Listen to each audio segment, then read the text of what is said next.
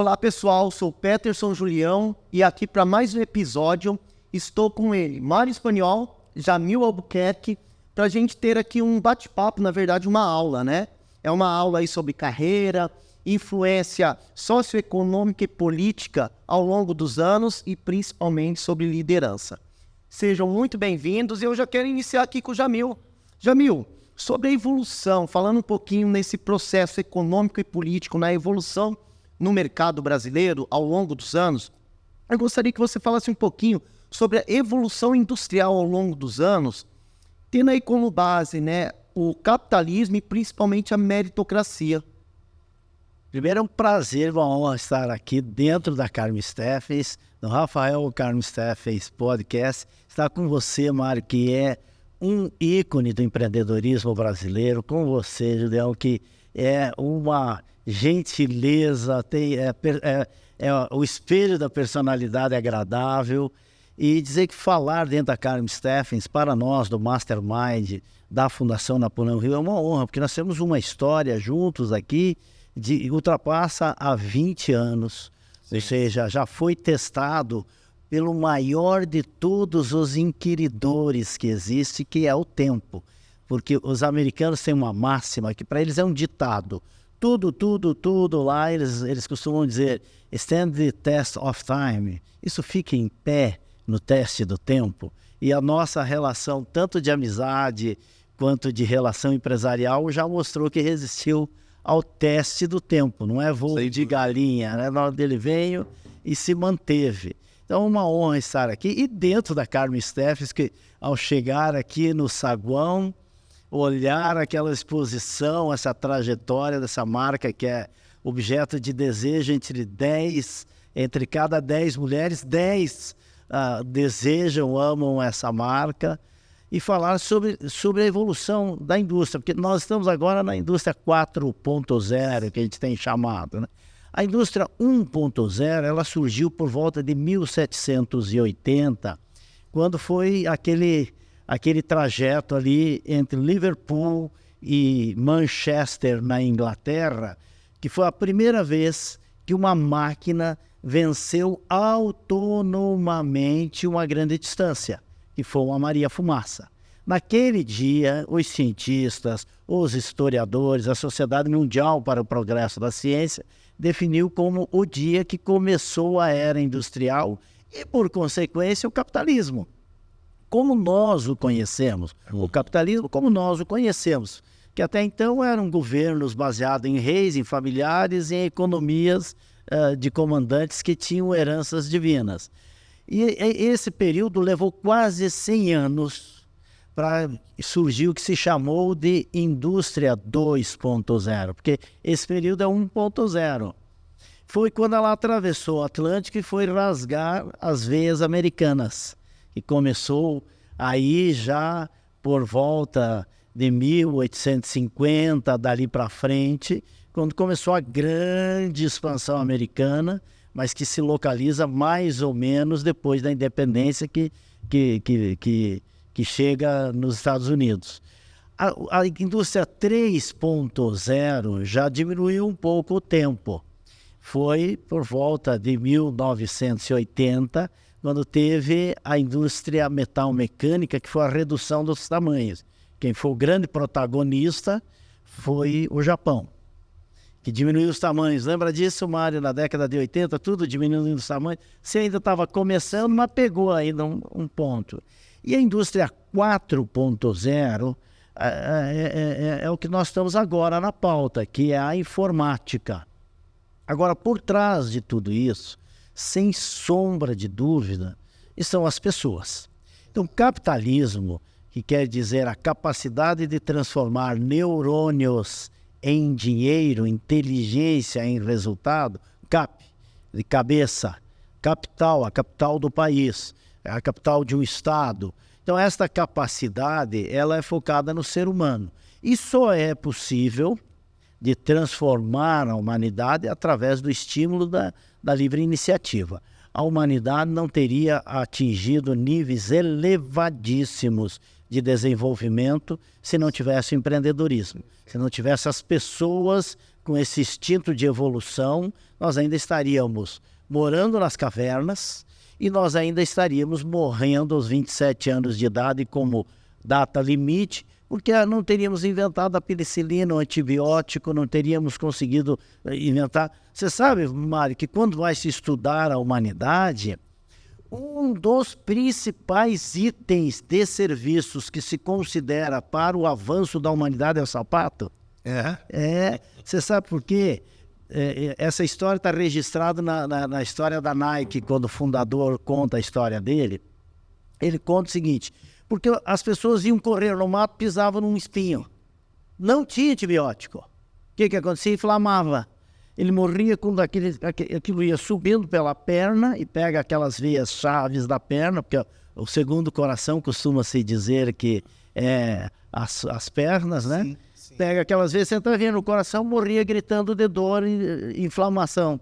Topava, dava uma topada, batia a unha numa pedra, inflamava a unha, a mesma coisa. Então, proteger os pés foi proteger a humanidade. Olha que história bonita. E você não só protegeu os pés, como embelezou os pés, hein, Carmen Steffen? Então, o empreendedorismo é o que faz uma nação ser forte. Uma nação só é forte se tiver empresas fortes. Se a nação... Uma cidade, só olharmos aqui a sede da Carmen Steffen, que é Franca, ela só é essa pujança pelo empreendedorismo. Aliás, é uma cidade bem fora da curva, né, Mário? Porque ela é meia ponta, assim, é final de linha aqui, ela está longe das grandes, mas o empreendedorismo é o improvável, porque aqui não produz tanto couro e o foco foi os couros da indústria. Tem dificuldade de logística e, no entanto, dão um banho de logística. Hoje aqui, os grandes centros logísticos estão aqui. Isso é empreendedorismo. É um povo que soube empreender fora da curva. Então, de forma que a salvação das nações está no empreendedorismo, e empreendedorismo, a raiz dele é a liderança. Sim. Legal. Eu queria, assim, manter ainda um pouco sobre esse assunto, fatores econômicos e políticos aí que interferiram no mercado brasileiro. Mário, iniciou a coroquímica nos anos 80. Carmen Steffens, anos 90. Lojas Rafael Steffens, 2000. Até os dias atuais, quais foram os principais desafios políticos e econômicos e, principalmente, quais são as principais estratégias que você utilizou para se manter no mercado há mais de 40 anos?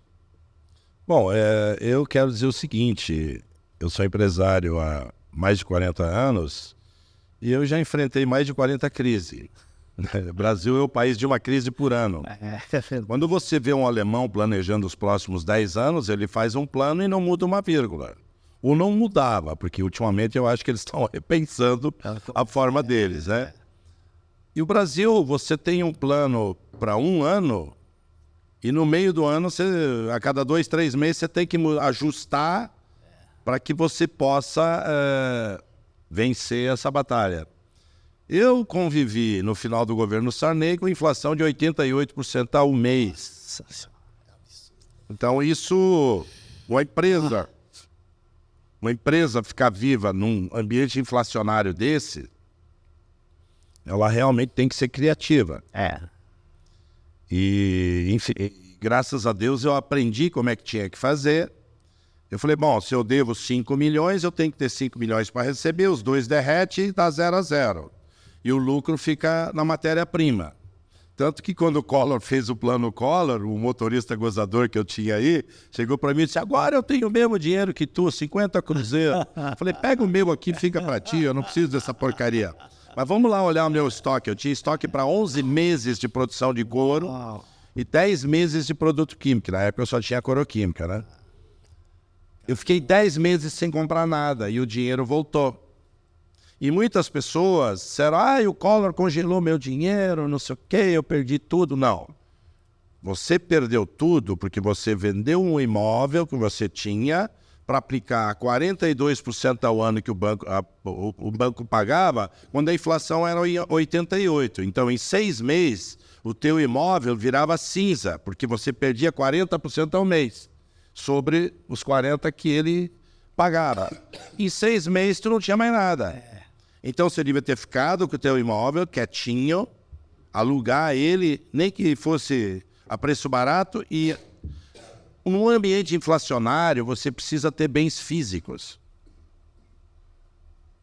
Não é, Que é o... não é Bitcoin, que também some e ninguém sabe para onde É foi. no clique, né, Mas Márcio? você tem que ser conservador. Então, primeira coisa, para você empreender num país que tem história de crises, tem história de inflação, para os americanos ter uma inflação de 6, 7% ao ano é o caos. Para nós é ótimo. Entende? Porque nós temos uma memória inflacionária de 20, 30, 100. Quer dizer, então nós... No meio século, né, Márcio?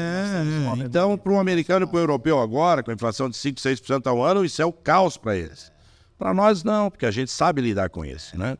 Então, eu diria o seguinte, você quer ser empresário, você quer empreender nesse país, primeiro, vai trabalhar numa empresa que faz o que você quer fazer e aprende gastando o dinheiro deles. Porque o pouco que você tem, se você começar sem saber, você vai quebrar em 1 ano. Eu trabalhei 5 anos numa empresa de sapato e bolsa não, é bolsa e mala, e eu sentava na sala do presidente. Aquilo foi a minha grande faculdade. E eu fiz economia, né, no Rio Grande do Sul. Esses 5 anos, reunião com diretoria, reunião com gerente de banco, reunião com os 5 maiores fornecedores, reunião com o diretor comercial, eu estava lá tomando aula. E eu tinha um pacto com ele, o seguinte, eu termino todo o meu serviço em meio período, nem que eu tenha que ficar depois da hora, e meio período eu faço estágio em todos os departamentos da empresa. Então, você também precisa querer. Hoje as pessoas, para fazer um curso, querem receber a hora extra. Então, com essa mentalidade, você tem que trabalhar na prefeitura. Você não pode ir para a iniciativa privada. Não é cair a caneta da mão às 5h18. Você tem que saber que você tem uma meta diária de tarefas que você tem que cumprir. E que esse avião só decola se tu cumprir ela. Porque nós temos 3.500 funcionários. Se cada um resolver não fazer nada, isso não adianta o Mário daí. Você realmente precisa de pessoas que têm essa filosofia. E isso é seleção e treinamento, seleção e treinamento.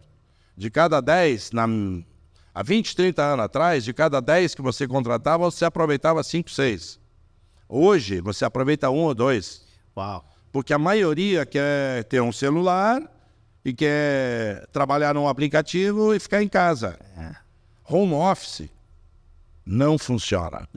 E a volta tá total, mano? Definitivamente comprovado que não funciona. E eu sempre fui contra. Obviamente que teve um período que a gente teve que fazer, que não tinha alternativa, né?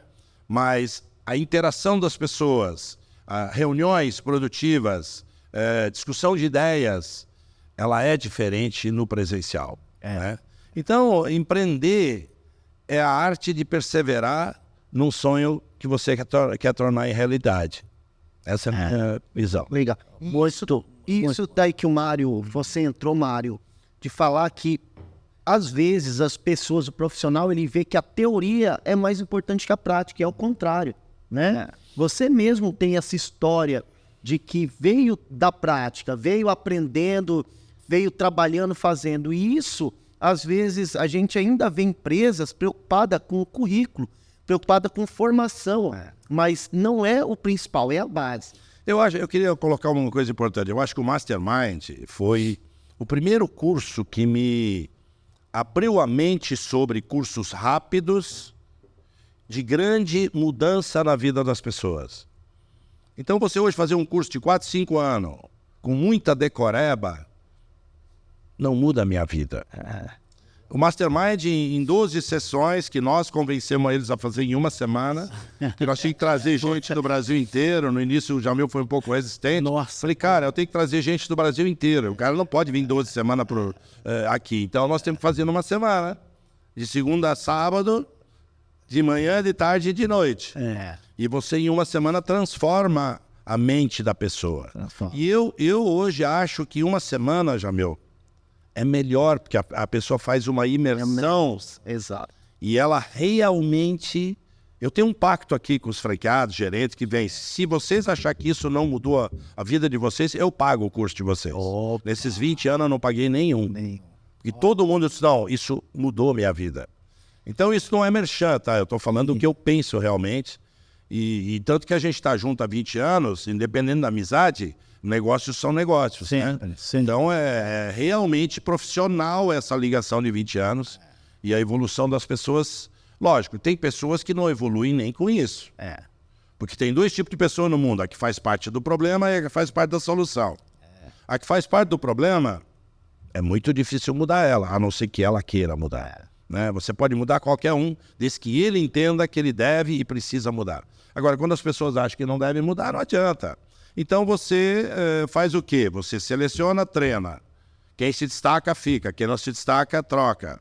E você vai formando um time de campeões. Eu digo o seguinte, eu acredito que hoje 90% da nossa empresa são pessoas de altíssimo nível. Né? Por quê? Porque a gente seleciona, treina. E tanto que você vê que em cada mastermind nosso tem pelo menos 5, 10 pessoas de dentro da empresa fazendo. Nós somos com mais de 80 turmas. São mais de 80, Caminha. A gente perdeu até a conta, né? Não, recentemente, Mário, eu fiz uma conta lá, acompanhei, porque me chamou a atenção. Isso foi na retomada aqui pós-pandemia, e a gente já tinha passado de 80, parece que estava em 84, 85. A gente iria começar 85. Mas aí nós tivemos as turmas do ano passado e 4 turmas desse ano. Eu penso que a gente está ultrapassando, eu vou tomar esse cuidado, porque a gente está ultrapassando a 90 turmas aqui. Provavelmente. Dentro.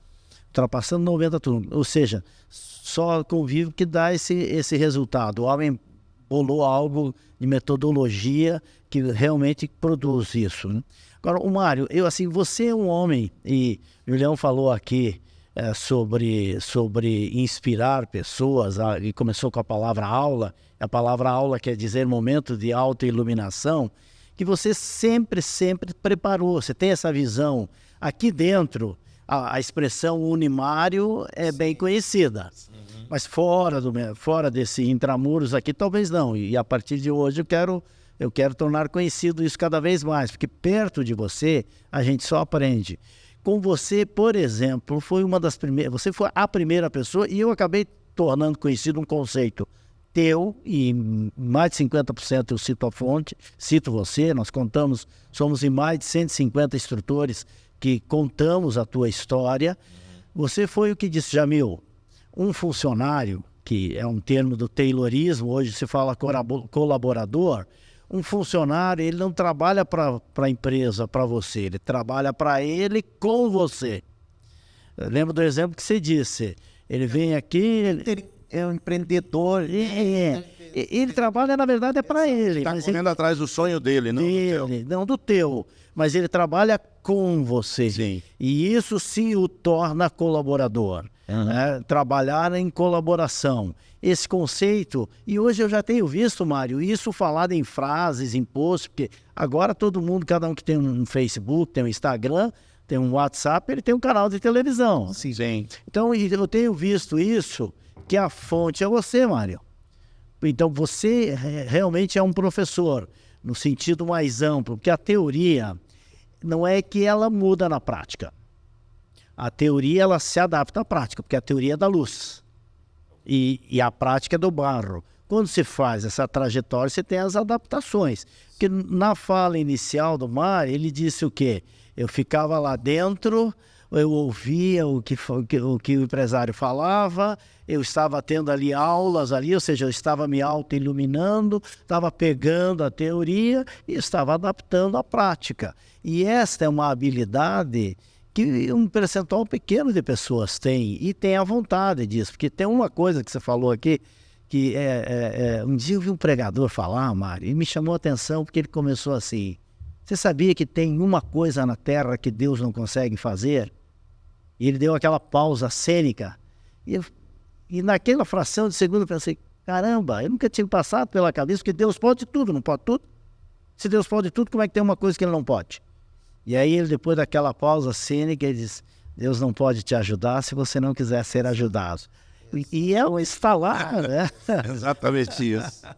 É o livre-arbítrio. É o livre-arbítrio. Então você tem que querer evoluir. Agora, as condições, a tua escola não é o Unimário, a tua empresa, digo, que escola quer dizer momento em que você, de descanso criativo, escola, quer dizer descanso criativo. Isso é escola, é a origem, a etimologia da palavra. É o momento que você descansa e aprende a criar. Isso quer dizer, é escola. E a tua empresa é uma grande escola. Pessoas, eu encontrei pessoas lá no interior de Goiás que trabalhou contigo e disse: a minha maior escola foi a Carme Steffens, e não foi nem a Carme Steffens, foi o Mário Espanhol. Então, isso é um processo de criação, de crescimento, porque não encontra pessoas prontas, né, Mário? O empresário, o administrador... Você nunca tá pronto também, né? Você tem que continuar evoluindo. Esse é o grande desafio. Eu acredito muito que... Eu sempre acreditei numa coisa: você tem que se cercar dos melhores. E, obviamente, fazer com que essas pessoas evoluam, né? Sozinho, você não vai a lugar nenhum. Ainda mais uma empresa complexa como a nossa, que fabrica 65% da matéria-prima, fabrica 95% dos produtos e ainda é varejo, né? A maioria das empresas do Brasil são só varejo. Elas compram e revendem produtos que elas sequer conhecem. Elas olham o visual, mas não sabem que nível de qualidade tem aquilo, que nível de conforto tem aquilo, entendeu? Porque ela não acompanhou nem o desenvolvimento, nem a seleção de matéria-prima, nem o controle de qualidade. Você controlar um produto só no final do processo de fabricação, você tem um índice muito grande de defeito. Nós temos 320 pessoas que controlam a produção em cada etapa dela. Então, o nosso índice hoje é Mercedes-Benz Samsung, é 0,008. E eu tenho concorrentes meus que têm 10% de problema. Eu não sei nem como é que eles convivem com isso. Então, tudo que eu ponho o nome Carme Steffens, obviamente, Coroquímica também sempre teve essa filosofia. Na Coroquímica a gente tem um slogan: se alguém no mundo pode ou vai fazer, nós fazemos. Então não tem couro para sapato, para bolsa ou para automotivo que a gente não faça. Entendeu? E na Carmen, ainda mais, porque você põe o nome da tua mãe num produto, você diz: isso aqui não pode ser porcaria, isso tem que ser de alta qualidade, né? Eu tenho a marca Carme Steffens, eu tenho a marca Sassy Club, que é um produto mais acessível. No início o pessoal diz: não, esse produto não é tão bom como o Carme. Ele é tão bom quanto o Carme, só que ele é um produto mais dia a dia, né? E por isso ele se torna mais acessível. Mas a qualidade, as fábricas que produzem são as mesmas, o controle de qualidade tem o mesmo padrão.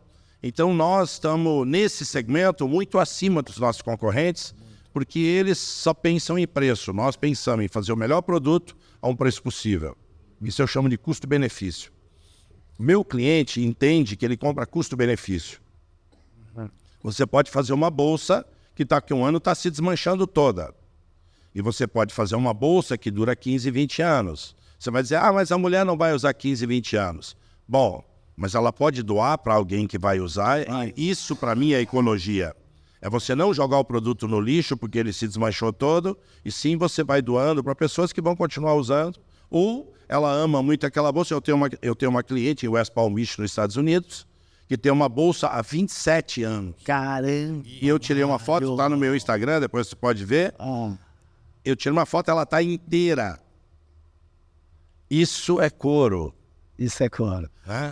Ô, Mário, você me permite eu participar de perguntar, porque o Julião também está fazendo umas perguntas inteligentíssimas, mas você vai um pouco contra algumas correntes administrativas, porque nós dois temos praticamente a mesma idade. Sim. E nós somos daquela corrente, nossa formação é a mesma, economia, e somos daquela corrente do downsize, da reengenharia, terceiriza tudo, lembra daquilo? E que quebrou um monte de empresas, inclusive, que fizeram alguns movimentos e depois, para voltar atrás, foi um caos, né? Sim.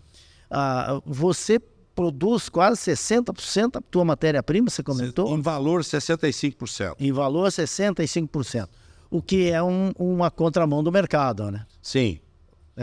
Veja bem, por dois motivos. Primeiro, quando eu faço um produto de uma fábrica minha, eu não entro em fila. Se eu comprar da tua fábrica, tu tem 50 clientes e eu estou na fila. Tu pode me dar uma prioridade, mas eu ainda estou entre os 10.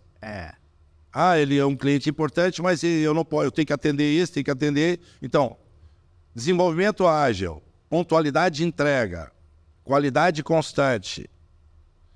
O melhor equipamento que tiver no mundo, em qualquer área de atuação minha, no máximo em 1 ano ele está aqui dentro.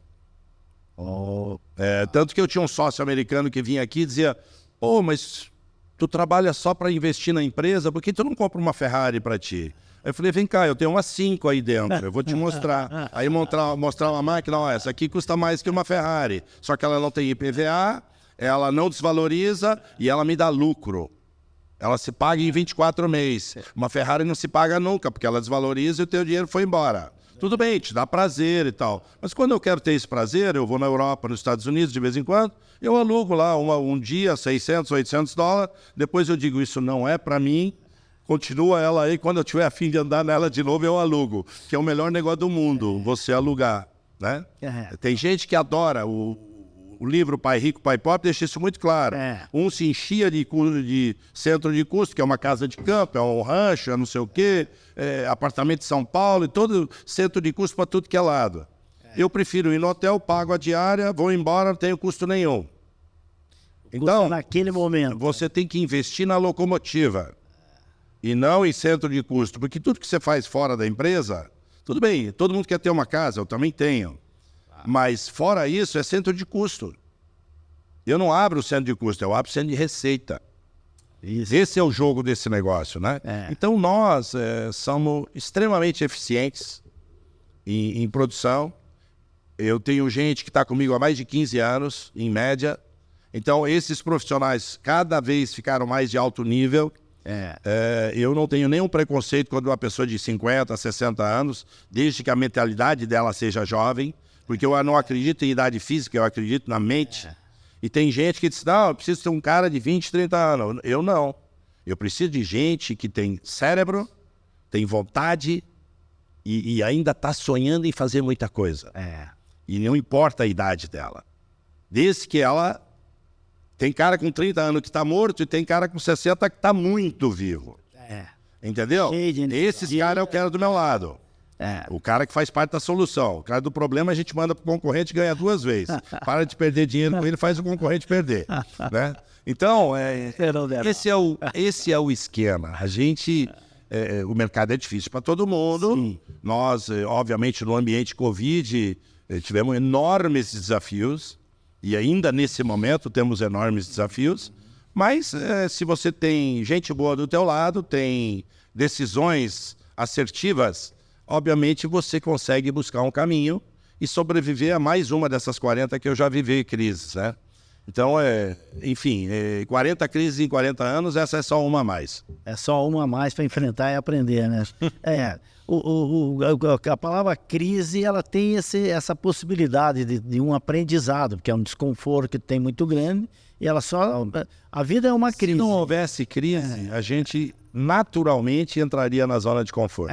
Naturalmente. E sem perceber, né? Então, uma crise de vez em quando é boa, mas também não precisa ter todo ano, né, Jamil? Não precisava ser tanto. Não precisava ser tanto, assim. Jamil, vamos pegar esse gancho aí, vocês falaram um pouquinho sobre crise. Ainda aí sobre o aspecto econômico e político, quais os tipos de negócios que deram certo no decorrer dos anos e os que fatalmente fracassaram? Quando se analisa a sociologia humana, é assim: desde que o mundo é mundo, desde que a gente conseguiu registrar, o ser humano continua igual. Ele acorda de manhã, há 5.000 anos atrás era assim, ele acordava de manhã, ele saía para caçar, ele saía para pescar, para buscar coisas, alimentos e jeito de poder prover o sustento da sua família. Voltava para dar comida para os seus, para proteger os seus. 5.000 anos depois não é diferente. Nós saímos de manhã para buscar alimentação, proteção para os nossos dentro de casa. O que mudou foi a forma. Esse formato mudou. De 1500 para cá, que foi a grande transformação planetária, a grande ordem mundial, que foi quando se acrescentou novos mundos ao mundo, com os descobrimentos, nós aumentamos a população em 18 vezes depois de 1500. 18 vezes nós aumentamos a população do mundo. Nós tínhamos em torno de 500 milhões de seres humanos no planeta, hoje estamos com 8 bilhões. E nós aumentamos a oferta de serviços e produtos em torno de 250 vezes depois de 2500. De 1500, digo, nesses últimos 500 anos que nós estamos aqui. E o que sempre deu certo? O que provê o bem-estar do ser humano, o que provê a saúde do ser humano e o que atende às suas necessidades sentimentais. Então, dentro desse espectro, sempre qualquer negócio vai dar certo. Agora, tem coisas que são mutáveis e tem coisas que são imutáveis. Então, o empreendedor precisa ter essa percepção. A gente agora está batendo na porta a inteligência artificial. Sim. Eu tenho um amigo que é tradutor da HBO. Vez por outra eu estou vendo um filme e reconheço a voz dele. Aí liguei para ele, porque eu vi que tem um movimento lá em Hollywood, sim, os tradutores. Sim. Eles estão bem preocupados com esse ponto. E aí, conversando com ele é um pouco ansioso e tal, eu disse, olha, eu não sei exatamente para onde vai ir essa inteligência artificial, mas uma coisa é certa, sempre que vem tecnologia, vem para melhorar o ser humano. A palavra técnica quer dizer aquilo que facilita. Tecnologia é estudo daquilo que facilita a vida. Uma das tecnologias mais revolucionárias do mundo foi a agulha. E quando nós descobrimos um jeito de furar, para furar as coisas, para poder se proteger, fez com que o ser humano pudesse sair lá da região da África, da Ásia e enfrentar o frio da Europa para poder fazer a civilização, o povoamento do planeta. Então, toda a tecnologia, ela facilita. Agora, todo problema solucionado cria outro problema a ser solucionado. Então, as novas tecnologias, facilidade, estamos criando pela primeira vez na história uma geração que é menos inteligente que a geração anterior. E isso é um problema.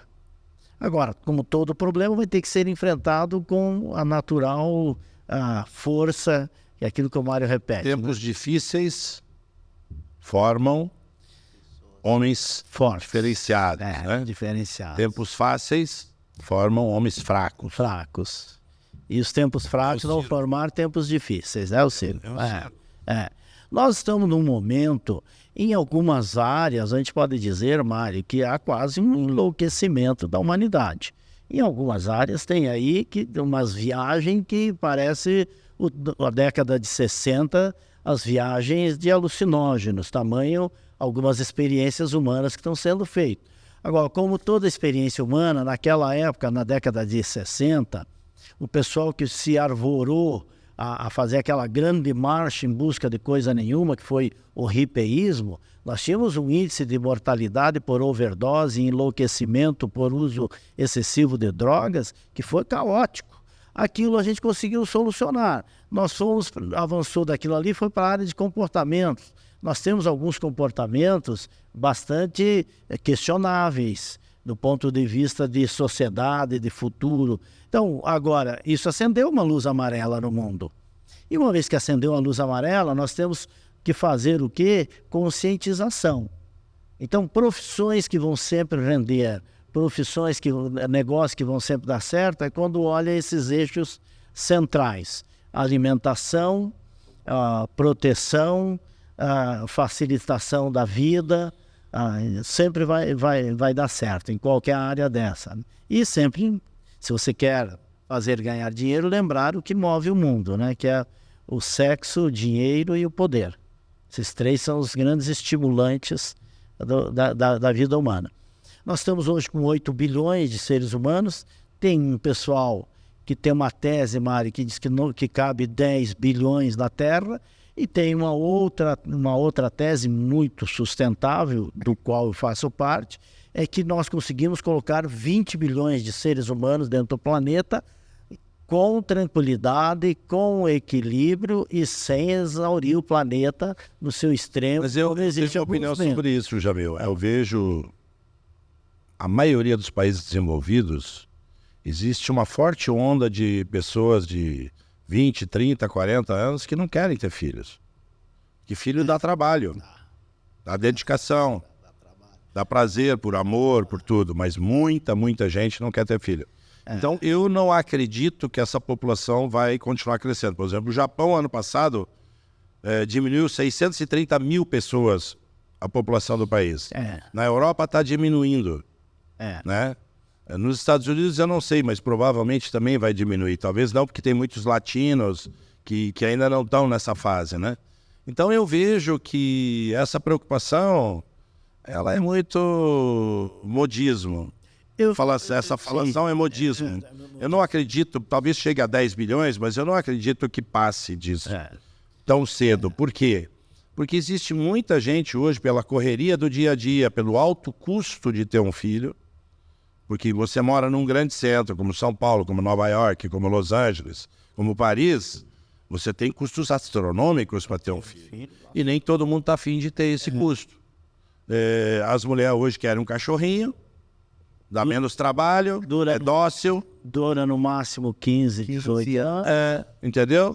Então, enfim, e cada um faz o que quer e a gente tem que respeitar. Claro. Mas eu vejo que essa é uma preocupação. E outra coisa, o agro... a produtividade do agro aumenta acima do crescimento da população. Então, na mesma terra, os caras produzem hoje 10, 15 vezes mais que produziam há 15, 20 anos atrás. Por força de adubação, por força de 3 safras. No caso do Brasil, na Europa, nos Estados Unidos não tem isso, porque o clima é desfavorável. Sim. Então, nós temos um potencial fantástico nesse país. O que nós precisamos aprender é administrar bem. Né? Eu acho que o setor privado, ele tem isso, ele quer ganhar mercado, ele quer ser mais eficiente, ele quer competir. E quando você chega na área do governo, é tudo muito engessado, o cara fica 4 anos, ele não consegue terminar o que ele começou, e aí ele passa por uma nova prova, muitas vezes ele não é reeleito, e aí aquilo vai para o lado, começa outra coisa. Eu acho que o governo devia se dedicar à educação e segurança. E mesmo assim, a educação na Alemanha é tudo privado. O governo paga a bolsa. Se tu não tem dinheiro, tu estuda igual eu que tenho dinheiro. E eu sou a favor no Brasil o seguinte, como o Brasil não é um país, não é a Alemanha, o Brasil diz o seguinte, quem não tem dinheiro, eu pago a bolsa. Quem tem dinheiro, o filho do Mário, é ele que paga, ele tem dinheiro para isso. E aí nós, sim... teríamos escolas privadas que são avaliadas todo ano. Se elas não tirar nota 8, elas são descredenciadas e elas vão fechar, porque elas não têm aluno, todo mundo estuda através do governo. Outra coisa importante, todo mundo, para entrar na faculdade, faz um teste vocacional. E aí a filhinha mimada diz assim, eu não me adaptei. No Brasil, você sabia que 52% dos alunos no Brasil trocam no meio do curso? Trocam. E o pai aceita. Se fosse meu pai, ele ia dizer, eu termino tudo o que eu começo. Pronto. Tu vai terminar, depois tu escolhe o que tu vai fazer, mas primeiro tu vai terminar. Uma pessoa com 15, 16, 17 anos não sabe o que ela quer do futuro dela. Não vem com esse papo que sabe, porque não sabe. Ela não tem maturidade para isso. Então, o que acontece? Percepção. A Alemanha, se tu quiser mudar de curso, ela diz, o cara do governo te diz o seguinte, não, tu pode mudar, não tem problema. Mas o prejuízo que você deu para o Estado, o teu pai vai pagar. Entendeu? Pronto. Mas como você faz teste vocacional e você tem 2, 3 áreas que a vocação é boa para ti, você já escolhe uma delas. E dificilmente vai dar errado. O cara que monta o motor da Mercedes-Benz, ele é formado em nanomecânica, que pensa centésimo de milímetro. A gente não sabe nem que espessura é isso, porque centésimo de milímetro é nada. É nada, é quase... O cara põe o nome dele no motor embaixo, fui eu que montei. Por isso que tem motor da Mercedes que anda 1 milhão de quilômetros. Entendeu? Então, qualidade é uma filosofia. E essa filosofia envolve pessoas, treinamento,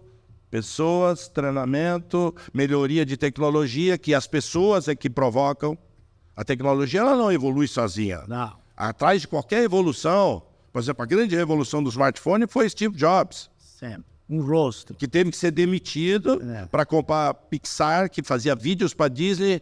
Aí ele olhou para aquilo e disse, meu Deus, eu posso fazer um telefone que ainda é um telefone. Porque ele vai ter vídeos, vai ter aplicativo para tudo que é lado e virou essa coisa aqui. E aí ele voltou para a Apple, né? Onde os caras tinham contratado o presidente da Pepsi Cola. Quando ele foi entender de computador, a empresa estava quase falida. Aí ele pediu 150 milhões de dólares emprestado para o maior concorrente dele, que era o Bill Gates, da Microsoft, e ele deu.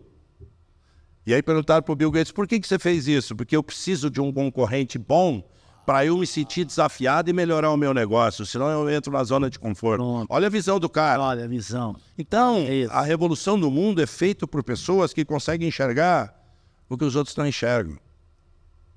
Entendeu? Se tu enxerga o horizonte e eu não enxergo, tu é um cara visionário. Eu sou um passarinho que está dentro da gaiola. Passarinho que voa ver paisagem. E passarinho que está dentro da gaiola fica bitolado. Tem muita gente que sucumbe porque é bitolado. Não quer ousar, não quer inovar, não quer testar novas coisas. Eu erro muito, mas eu testo. E com os meus erros eu aprendo a fazer certo. E se eu não testo, eu não mudo nada. E o mercado é 6 pessoas correndo de 3 leão. Quem é que ele vai comer? Mais lento. 3 ou 4, né? Então você tem que estar entre o segundo e o primeiro, senão o leão vai te pegar. Quem é o leão? O mercado. A peneira funciona desde que existe empreendedor. Os melhores ficam, os piores dão desculpa. Entendeu? Os melhores acharam caminhos, lutaram, não desistiram nunca, e os piores se escondem atrás de desculpas. Eu me dei mal porque o mercado está ruim. Bom, ele estava ruim para todo mundo. Por que teu concorrente se deu bem e tu te deu mal? Porque o cara foi melhor que tu. O mercado não faz graça para ninguém, né?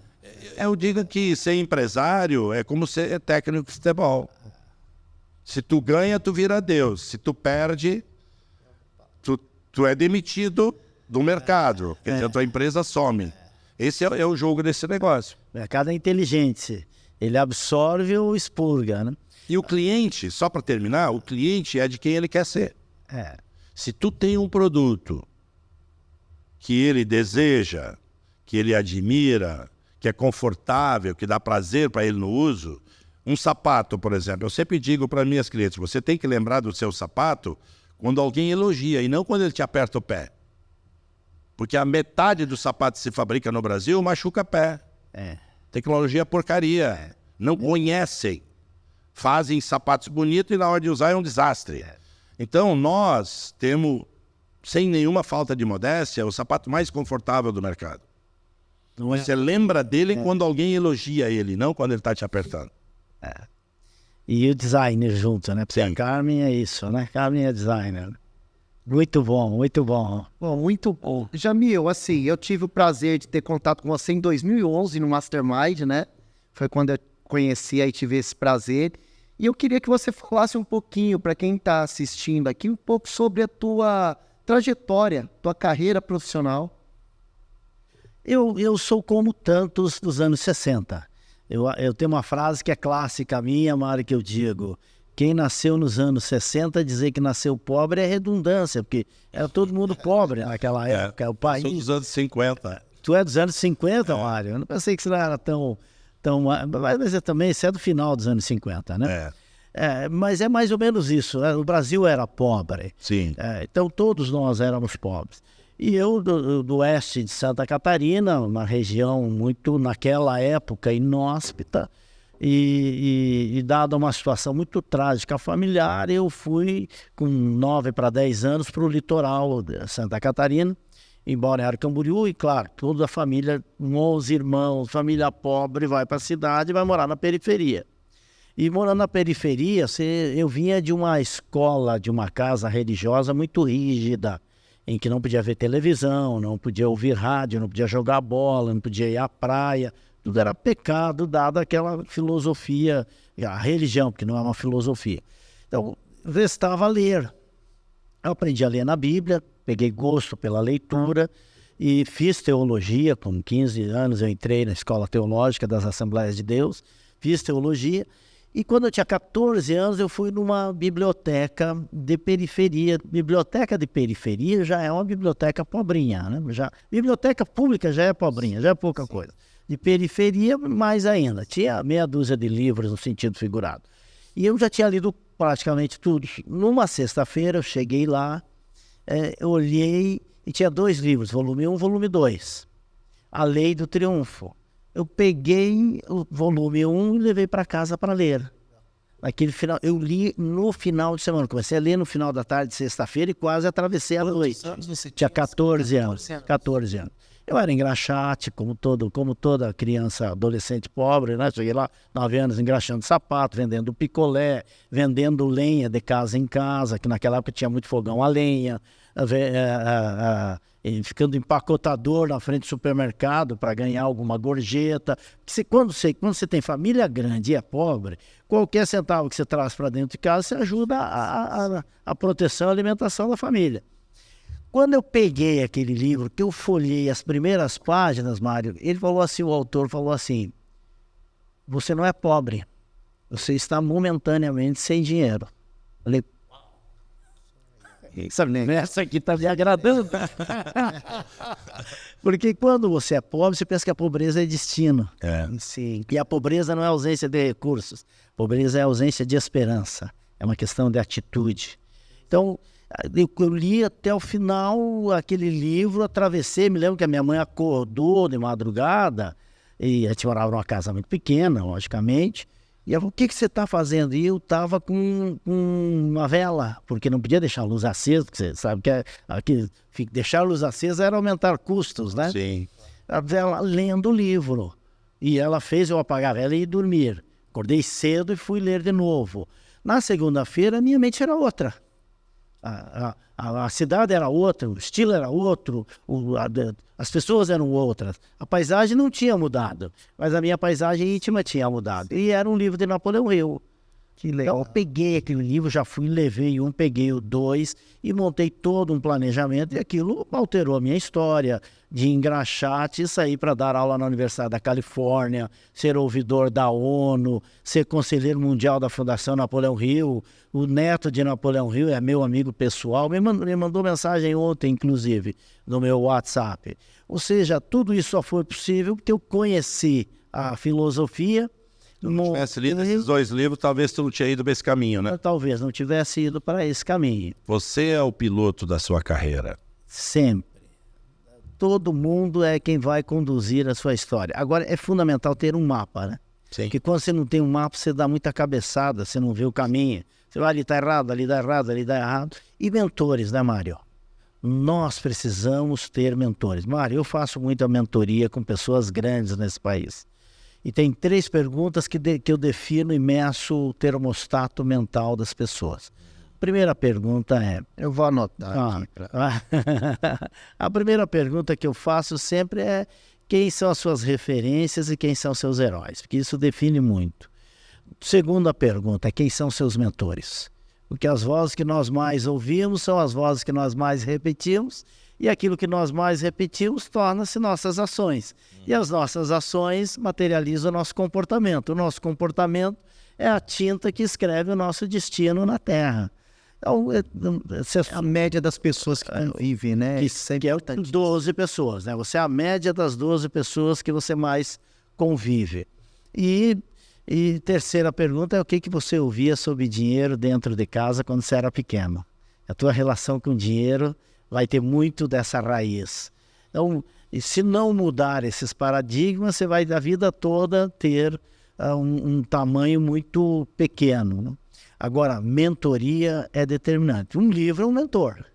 Então, na Assembleia de Vozes, Julião, que você falou da média das pessoas, na Assembleia de Vozes, das 12 pessoas chaves, e você é um deles, se eu pegar agora, aqui te mostro, está lá na Assembleia de Vozes, Mário Espanhol, as pessoas com quem e várias vezes te liguei para conversar contigo, a gente conversa às vezes de madrugada. Sim. Você precisa ter 30% são pessoas que já morreram. Pode ser pessoas que já morreram, que estão ali nas 12 pessoas.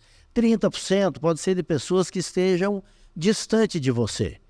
Eu, por muito tempo, tive algumas pessoas que foram distantes, depois me aproximei. Eu era tão fã de Olavo de Carvalho, fui lá visitá-lo, passei com ele lá, um tempo lá, conversando com ele.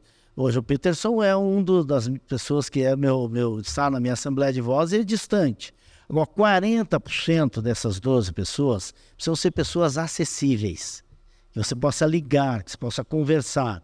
E tem que ser pessoas que já chegaram onde você quer chegar. Você não pode pedir conselho para parar de fumar para quem fuma. Você não pode pedir conselho para parar de beber para quem bebe. Você precisa... Ou pedir para conselho para esses coaches que nunca fizeram nada. Não fizeram nada, são Tem teóricos. texto na internet e fica de conversinha. Pronto, porque ele é um teórico. Então ele cria um personagem. Sim. E quando você cria um personagem, fatalmente aquele personagem te engole, te possui, te domina, mas se apresenta duplicata. Isso acontece com pastores, isso acontece com coaches, isso acontece com artistas que pensam que estão dentro da novela, dentro do filme, dentro da série e são aquilo.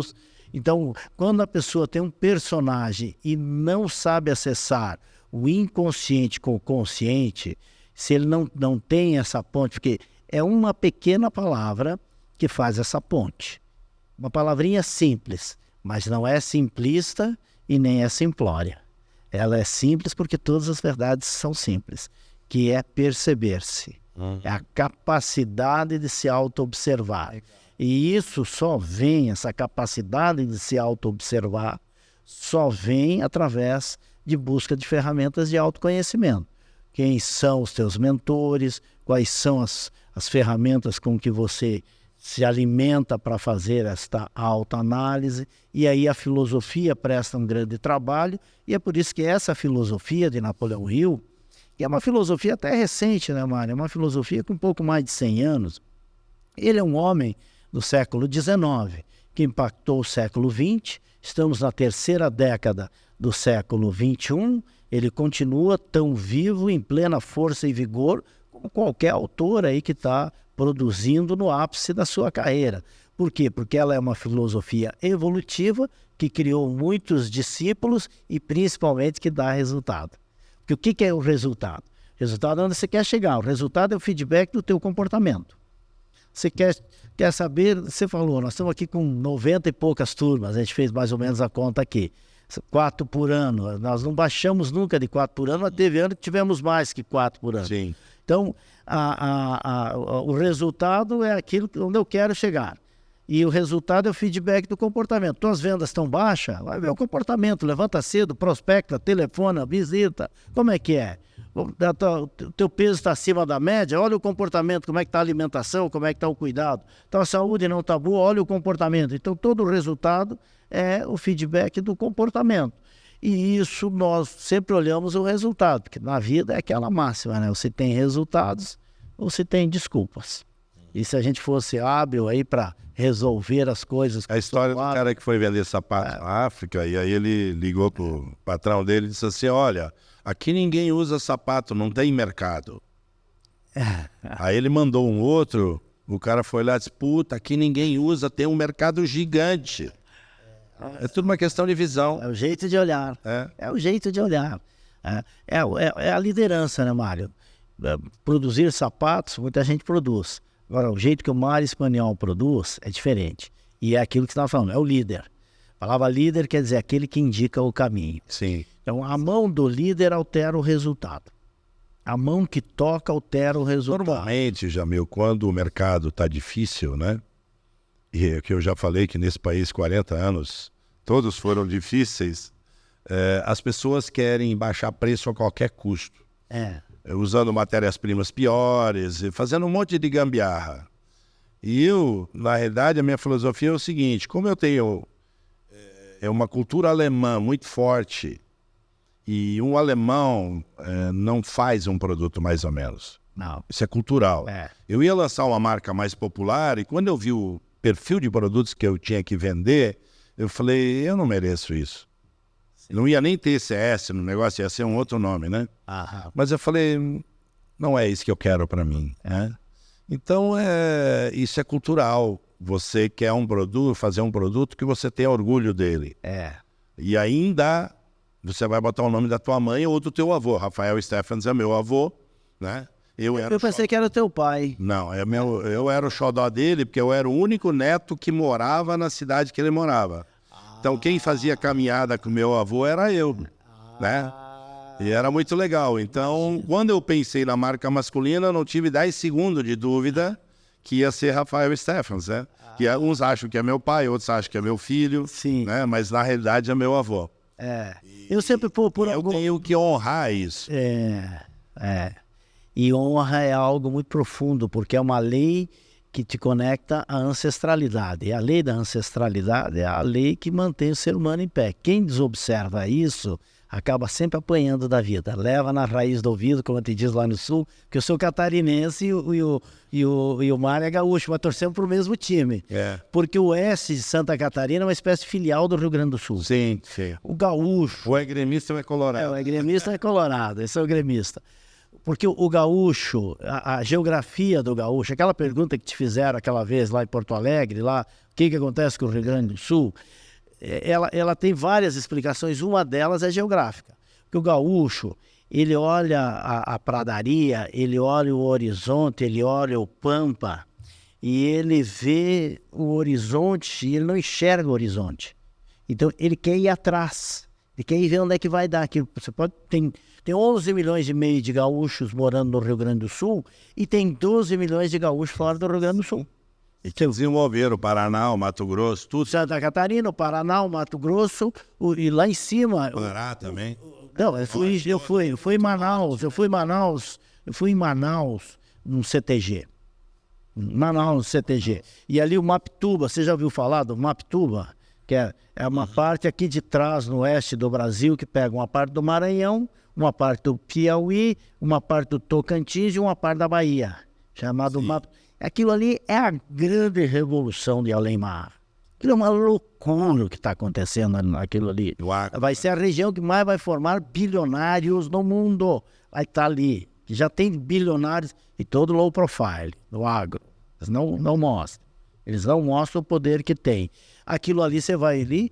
Se fosse na Europa, era como se fosse invasão que os gaúchos fizeram ali. Chegavam, Mas você sabe como aconteceu a essa produção, invasão? porque eles são produtores, porque eles são conquistadores, porque eles vão. O início dessa invasão... Invasão no bom sentido, lógico. Lógico. Né? De desenvolvimento, né? Porque eles vão Aconteceu através dos postos Ipiranga.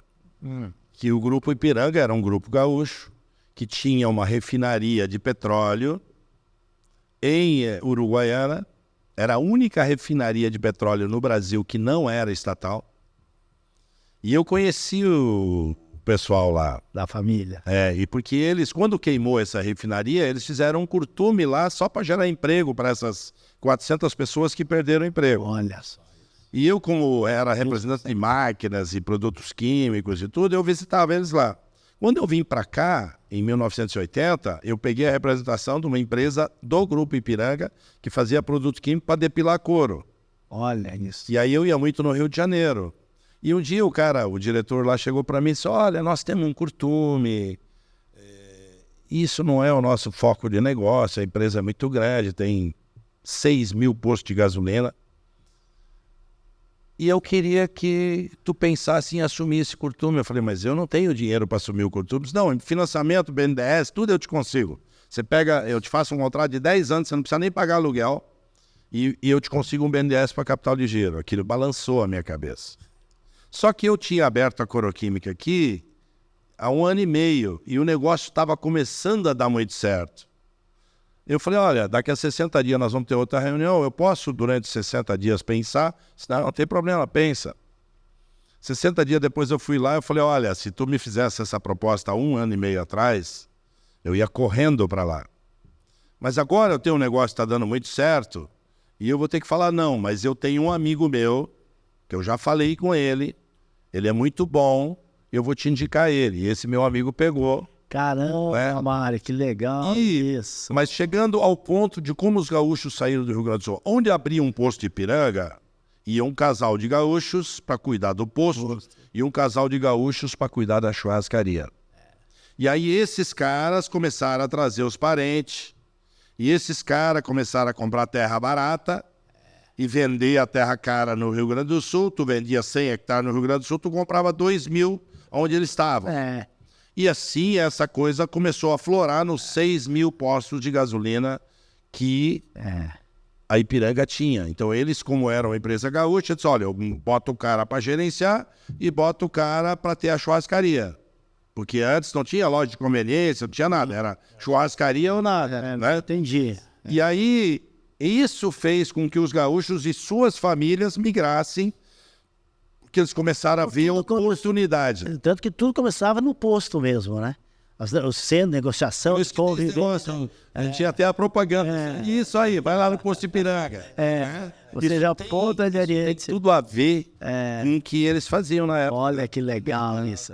É impressionante. Não, ali em Luiz Eduardo Magalhães tem até uma história engraçada lá, né? Que ia passando um gaúcho, que Luiz Eduardo Magalhães é uma gigante, né? Tornou-se algo fora de comum. Ia passando um gaúcho lá e saiu de Brasília e ia até a Bahia, eu dou 600 quilômetros, aquilo parece uma mesa, aquela região parece uma mesa, de tão plano, andou 600, não vi um pé de feijão, um pé de arroz, ele parou para comer um pão com linguiça num postinho lá, chamado Mimoso Oeste, porque tinha uma junta de boi. Aí ele, para puxar a prosa, ele falou assim, você viu, eu tô andando aí há mais de 6 horas, não vi um pé de feijão, não vi um pé de arroz, não vi um pé de milho, não dá nada aqui. O cara falou, não dá aqui, não dá. Se você vê tanta terra assim e não adiantar plantar nada. Aí disse que o dono do posto falou assim, não, se ser plantado aí é diferente. É só plantar e cuidar. Se plantar aí é outra história. Agora, os gaúchos são muito empreendedores. Eles realmente... Você sabe, Mário, que eu tenho um amigo que é um grande investidor aqui a origem dele é aqui em Barretos. Ele tem 8 grandes fazendas. Ele é o maior criador de gado Nelore vermelho pintado do mundo. E ele me disse assim, Jamil, eu só compro fazenda onde tem CTG. Olha, é interessante isso. Porque aonde tem CTG, eu sei que vai ir para frente a localidade. Que legal. Isso é uma observação sociológica extraordinária, né? Porque eles são organizativos, eles são associativos, eles sabem fazer isso. Sim. Então, isso é empreendedorismo, isso é liderança. E liderança do Paixão Cortes, quando criou o conceito dos CTG, os Centros de Tradições Gaúchos. Deu uma grande contribuição para o Rio Grande do Sul e para a nação brasileira. Sim. Isso é liderança. Bom, então vamos aproveitar em liderança, né? Vamos falar um pouquinho qual que é o papel da liderança no direcionamento do sucesso.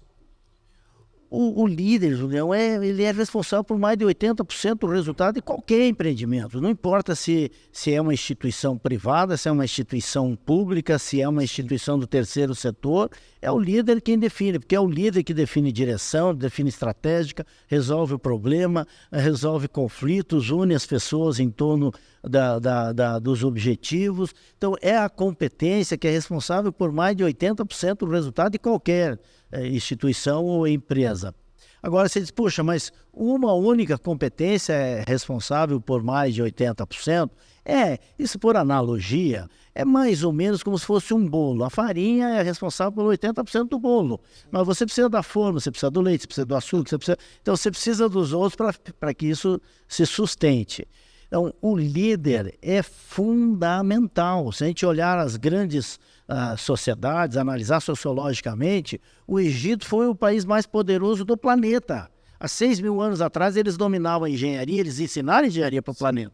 Eles dominavam a agricultura, lembra? 7 anos de vacas gordas, dominava a logística, 7 anos de vacas magras. A escrita. Então, eles dominavam tudo isso. Como é que aquele país virou um favelão? Pararam de formar líderes, formaram banco de reserva. Então, é importante, é fundamental, é estratégico formar líderes. Agora, existem níveis de liderança, existem tipos de liderança, estilos de liderança. Toda empresa ela tem a liderança estratégica, ela tem a liderança tática, ela tem a liderança operacional. E se você pega um líder operacional e leva para outro nível sem preparar, como é que é a máxima das vendas? Você pega um bom vendedor, torna ele supervisor, você perde o bom vendedor e perde o supervisor, ganha um péssimo supervisor. Porque você precisa fazer as preparações dos níveis. Existem os estilos de liderança, existe o líder mais autocrático, existe o líder mais democrático, existe o líder situacional, que é o teu caso. Eu noto o quanto você às vezes é democrático, o quanto às vezes você é simpático e o quanto às vezes você é muito posicionado. Eu não tenho uma opinião, Jamil. Excesso de democracia faz mal. O excesso faz mal. Alguns momentos você tem que fazer. Isso é situacional. 95% das decisões eu tomo em função das pessoas que estão comigo. Exato. E onde eles não se entendem, decido eu. Pronto. E isso é situacional. Porque eu penso o seguinte, a pior decisão é aquela que você não toma. Aquela é a pior. Aquele piloto lá nos Estados Unidos que pousou no Rio Hudson, ele teve 5 segundos para decidir. E ele decidiu. Salvou muitas. E salvou todo mundo. Que ele ia bater nos prédios lá e não ia sobrar uma alma. Nem deles, nem do... Então, quer dizer, essa é a hora que não tem pânico. Tem foco e decisão. Tem que puxar a responsabilidade. Vou fazer. Agora, um líder que se sustenta, um líder autêntico, autêntico é que se auto-sustenta, esse é um líder que ele tem alguns pilares chaves. Que a liderança não é um evento, a liderança é um processo da vida inteira. Senão ela não se sustenta. É realmente isso, ela se sustentar, né? Precisa criar formação de líderes para que essa aqui é uma empresa que vai se tornar enoquiana, ou seja, empresas... Porque os Estados Unidos têm um título que eles chamam de empresas enoquianas, as empresas com mais de 100 anos.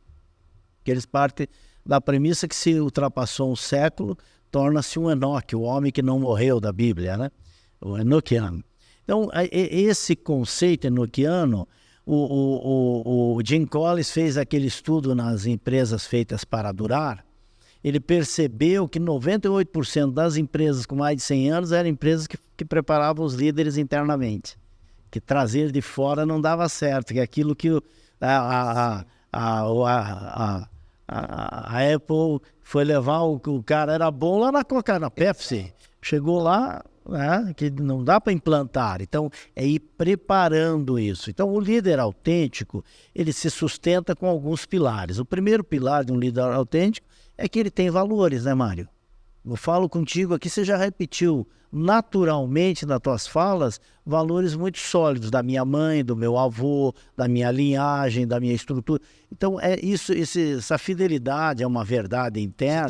Para você ter uma empresa, você tem que ter convicções. Tem que ter convicções. Para você ter um norte, senão você joga para cá, joga para lá, aí você vira o pato. Vira o pato. Você não sabe o seu caminho, você tem que ser águia, né? Exato. Foco. O outro pilar, assim, para sustentar esse tipo de liderança, ele tem que saber entender de pessoas, porque a gente precisa de pessoas para nascer, nós precisamos de pessoas para cuidar da gente quando a gente nasce, precisamos de pessoas para produzir roupa, para dar comida, para rir, para se relacionar, até para enterrar a gente, ou seja, até para morrer nós precisamos de pessoas. Né? 100% das pessoas que nós convivemos, né? São os nossos clientes, são pessoas, fornecedores são pessoas, colaboradores são pessoas. Então, o líder autêntico precisa entender de gente, precisa saber lidar com pessoas.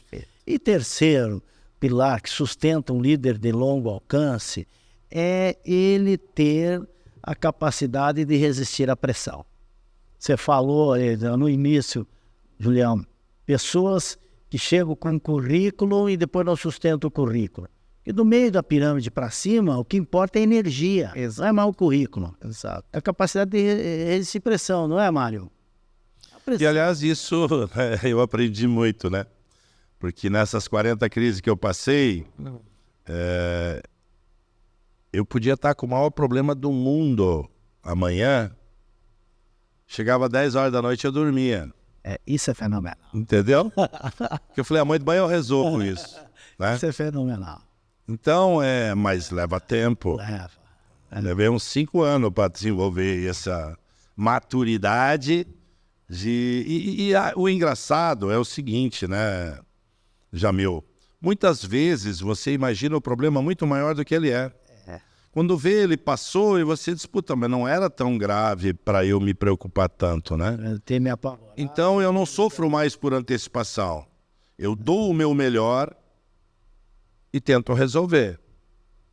Porque preocupação gera tensão, que gera falta de criatividade para resolver, e você vai ter um problema realmente grande não solucionado. Agora, se você está sangue frio e consegue com isso ter calma para pensar e não sofrer antes, 90% das vezes você resolve. Você resolve. E 10% você liga para o cara e diz, olha, vamos achar um outro caminho porque isso aí não funcionou. Esse não deu, né?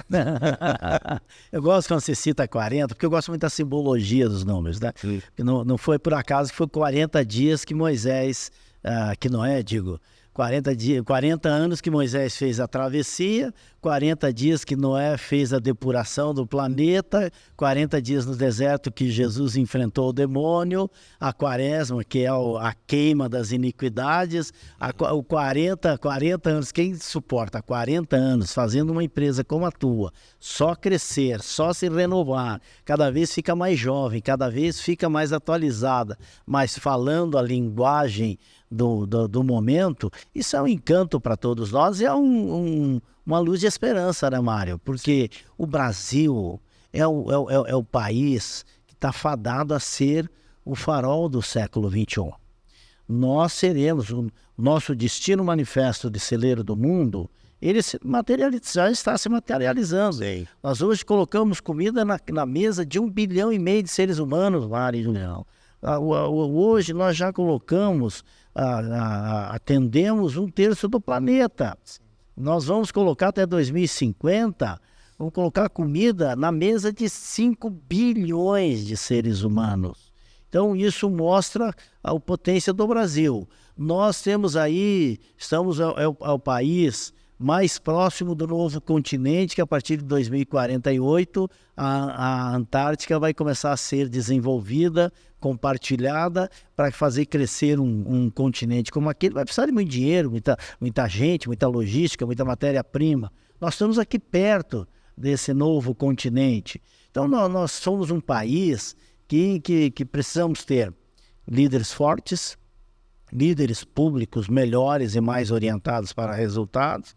Nós precisamos entender o nosso papel histórico no planeta, deixarmos de sermos reféns do restante do mundo e precisamos ser coadjuvantes para ser protagonistas. Ter autoestima e não se submeter a caprichos de alguns países da Europa e mesmo dos Estados Unidos. Ou grandes corporações, porque, Mário, na Universidade da Califórnia, quando eu fui para lá estudar, foi em 2010. Estava pegando aquele recal da crise de 2008. Então eu fui, estudei, fiz o curso de liderança global, depois fui convidado para dar aula lá e dou aula até hoje na Universidade da Califórnia. Eu estudei a liderança global. Existem realmente faces visíveis e invisíveis que sentam em volta de uma mesa como essa e decidem destinos planetários. Sim. E alguns são fenomenais, tá? E outros são muito de interesse próprio. E o que é de interesse próprio, às vezes, não é de interesse da humanidade, nem do interesse do país. Sim. Então, precisa, dentro do país, ter líderes fortes para questionar algumas decisões que vêm de fora. Agora, um país como o Brasil, nós somos o 5º maior território do planeta, mas nós somos o único país do planeta que temos o território 100% agricultável. Nós estamos hoje, se pegar o país inteiro, nós estamos com 9% do território aberto com a agroindústria. Sim. Agora, muito pouco, né? É muito pouco. Mas se tirar ali a cobertura amazônica, que são 5 estados que têm cobertura com a selva amazônica, que tem vegetação amazônica, são 5 estados. Se você tira aquele território ali, nós temos 27% aberto com a agroindústria. Praticamente dá para quadruplicar aquilo que nós fazemos hoje. Então, a grande alavancagem dessa nação é a agroindústria, é a pecuária e a agricultura. É por isso que está esse choque aí, né? Atualmente, o momento está um choque terrível aí de liderança em 2 áreas políticas e a área agrícola. Agora, o que nós precisamos? Preparar pessoas para ser os protagonistas e não coadjuvantes. Sim. Tá? Legal. E ô Mário, me fala assim para finalizar aqui a parte de líderes. Quais líderes você se inspira ou quais perfis de líderes? Eu gosto muito de pessoas que fizeram a diferença no mundo. Eu sou fã incondicional do Steve Jobs. Eu admirava muito o Bill Gates antes de ele se meter em vacina, porque ele não entende nada disso, né? Mas ele realizou grandes coisas na Microsoft, tem que respeitar o cara, né? Respeitar. Mudou o mundo, né? E muitas, eu tenho visto história de muitas empresas, né? E Grupo Louis Vuitton, o presidente é um cara que eu admiro muito, o Bernard Arnault, né? Eu vi história da Mercedes, vi história de mais de 100 empresas. E você vê ali que todos tiveram muita dificuldade. Isso não é um privilégio teu se tu vai começar um negócio.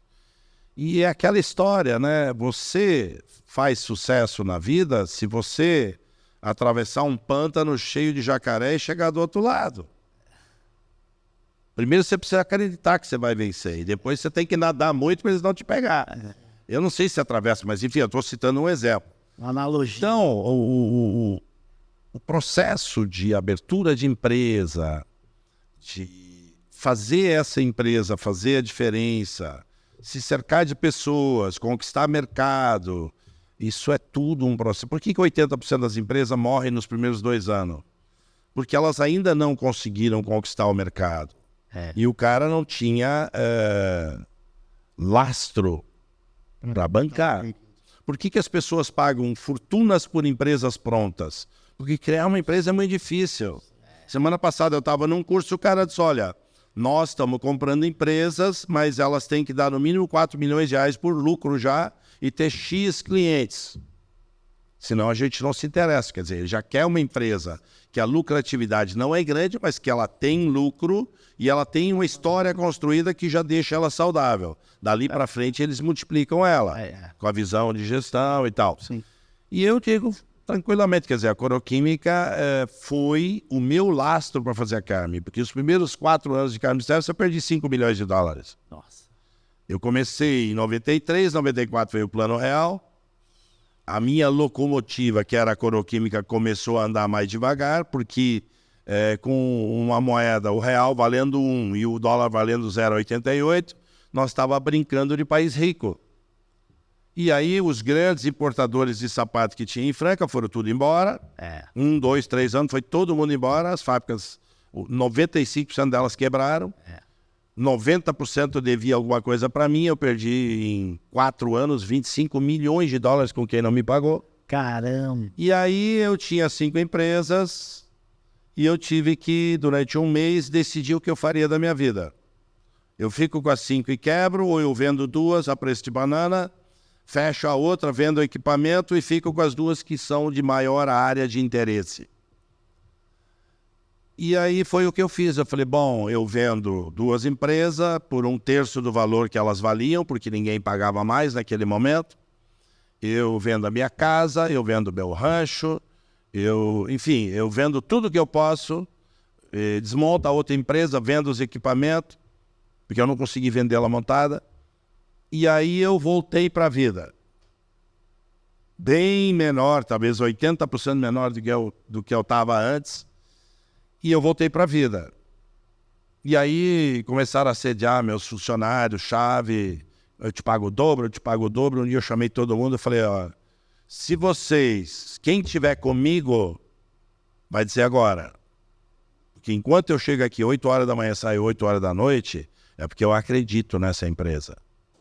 O dia que eu não chegar mais 8 da manhã e sair 8 horas da noite, é porque eu já não acredito mais. 3 caras-chave meu que ofereceram o dobro para eles não saíram. Porque eles foram formados aqui dentro. Eu disse, bom, nós vamos te ajudar a sair dessa crise.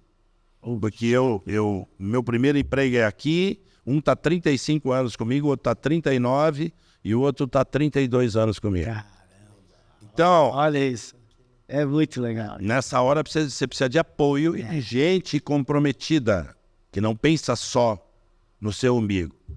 Que pensa, pô, tem um monte de amigo meu aqui dentro, se essa empresa quebrar, todos os meus amigos vão perder o emprego, então nós vamos lutar junto. E nós tiramos a empresa, tivemos que reinventar a empresa. Imagina você, 85% do teu negócio é exportação, e aí de uma hora para outra você fica caro, porque o dólar está 1 para 0,88 e o Brasil ficou mais caro que a Alemanha. E aí os teus clientes vão embora e tu não tem mais para quem vender. Então aí o mercado interno desenvolveu, a gente reinventou, enxugou. Eu fazia 240 mil de couro por mês, eu passei a fazer 100 mil. Uau! Né? Eu diminui 60% da minha produção, mas a empresa ficou rentável. Ganhava-se menos, mas se ganhava. O importante é botar 3, 4, 5, 10 milho todo dia no saco do que tirar uma espiga inteira. Você tem que ser realista nesse negócio. E aí, enfim, nesse período estava começando a Carmen, com todo esse cenário. Durante 4 anos eu perdi 5 milhões de dólares. Os caras diziam, porra, para com isso. Hoje a Carmen é 93% do meu negócio. Uau. E eu digo para eles, que sorte que eu não desisti, porque vocês hoje trabalham para a Carmen.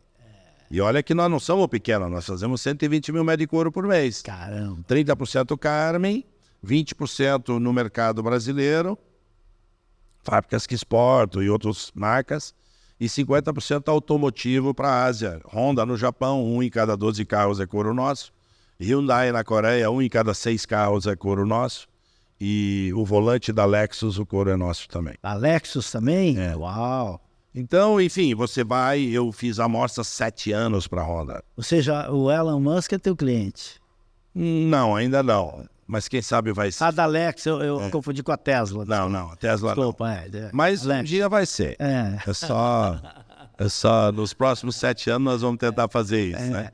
Quando você falou Lexus, eu associei com a Tesla. Por isso que ele, na realidade, quer comprar a Mercedes-Benz, a BMW e a Tesla. A Lexus. O sonho do Elon Musk é comprar a Mercedes-Benz, é comprar a BMW e comprar a Lexus. São as marcas de luxo. Sim. Que ele, com a Tesla, já vende 2 milhões de carros por ano, é muita coisa. Sim. Né? Que não é barato. Não. Mas com essas marcas, obviamente, ele vai ter um alcance muito maior. Esse é um líder que está aí. Eu me espelho muito nele, eu acho. Extraordinário. E ele me disse uma coisa que eu acho fantástica, eu concordo plenamente.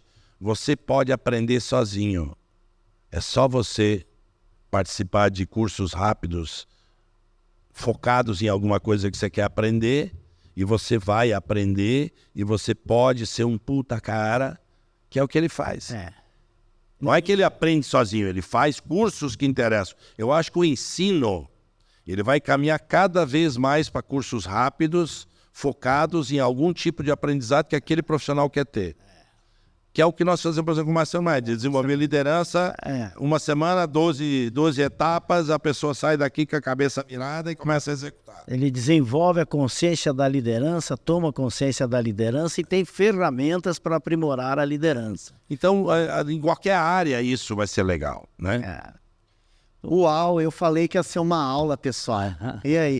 Bom, eu tô aqui com 2 líderes que me inspiram, né? Tô um pouco mais próximo aqui.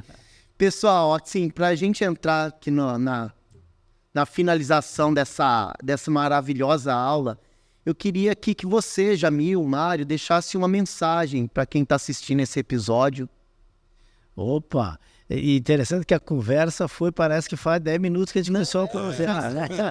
A produção tá aqui há tempo, eu tô, mas não acaba, né?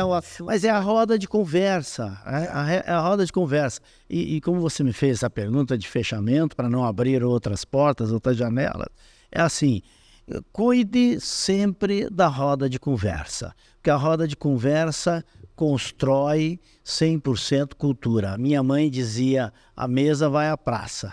Aquilo que nós somos na mesa, nós somos na praça. Aquilo que nós somos na praça define como é que nós somos no restante. Então, qual é o tipo de conversa que você está tendo? Com quem você está se relacionando? Porque a roda de conversa, a roda da mesa, a roda de chimarrão, a roda de samba, a roda de viola, a roda da calçada consolida a nossa forma de agir.